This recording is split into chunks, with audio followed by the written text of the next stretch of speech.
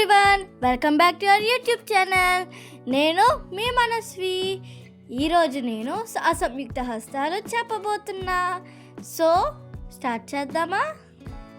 పతాకం, త్రిపతాకం, అర్ధపతాకం, కటరీముఖం, మాయూరం, అర్ధచంద్రం, అరాళం, శుకతుండం, ముష్టి, శిఖర, కపిత, కటకాముక, సూచి, చంద్రకళ, పద్మకోశ, సర్పశీష, మృగశీష, సింహాముఖ, కాంగూల, అలపద్మ, చతురో, భ్రమర, హంసాస్య, హంసపక్షకః, సందుంశో, ముకూల, తామ్రచూర,